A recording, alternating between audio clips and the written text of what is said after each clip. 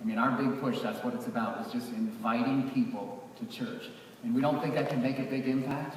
Check this out.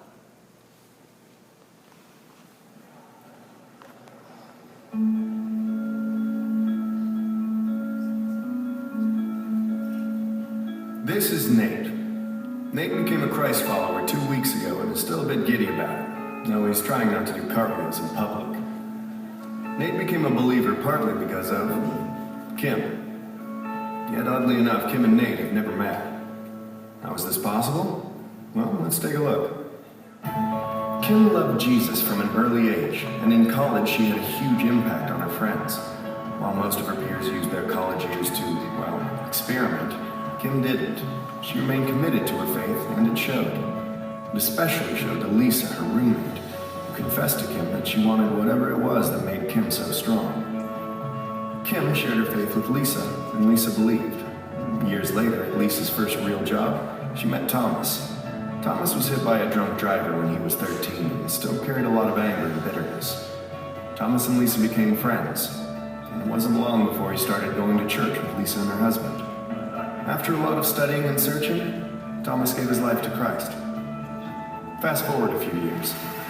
Thomas became a public speaker and was often asked to speak at large events. See, when he became a believer, Thomas developed a new perspective on life. He stopped resenting what had been taken from him and started being thankful for the second chance he had been given. On one particular day, Thomas shared about overcoming hardship and what it means to choose joy. He was so passionate that a number of people were inspired to share a link to his video.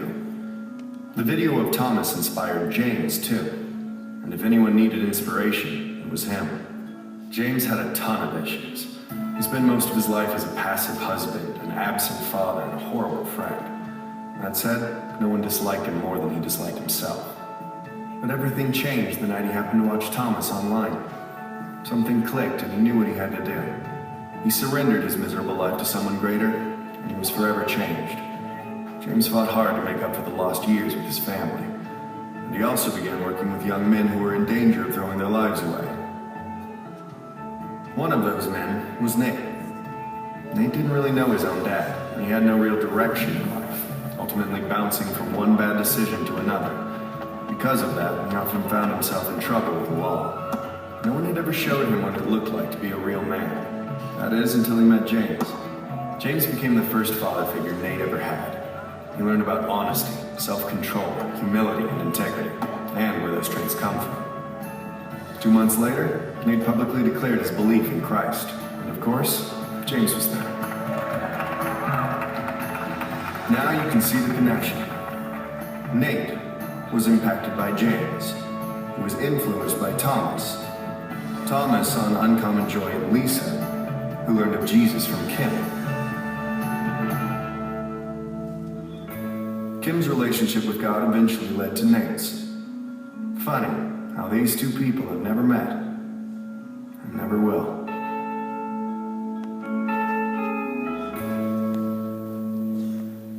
I stand here as a simple example of someone who invited me to church.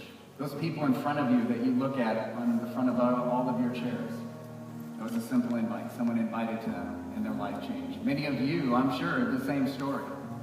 It is that simple invite. It's not up to us to connect those dots. God does that. But we have to do our part. We have to hand out the invite card. We have to go to the website and send an email. We have to go pick them up, whatever that might look like to make that invite. These are my names right here, my 3 names. Wayne, Mike, Brenda. There's also a 4th one, Monica. These are people that I know don't know who Christ is, and I want them to. There are people that are part of that 450,000. And I'm going to put them on that board when we leave, and we're going to pray for them. But we still have to give them the invite card. It doesn't end there. You still have to make the invite. But I hope you'll put those names on there. The ones maybe you've been afraid to invite. Put the names on there, and I promise you, God will find a way for you to make that invite. Along with what we're doing with our invites, back in the kids ministry, we are doing our superhero and our Princess Week, which is going to be the next 3 weeks, which will be awesome back in Cedarville, where the kids can dress up. So that's another great invitation that we can have to make it fun for them to come out. So if you know young families, invite them. They're going to have a remarkable time.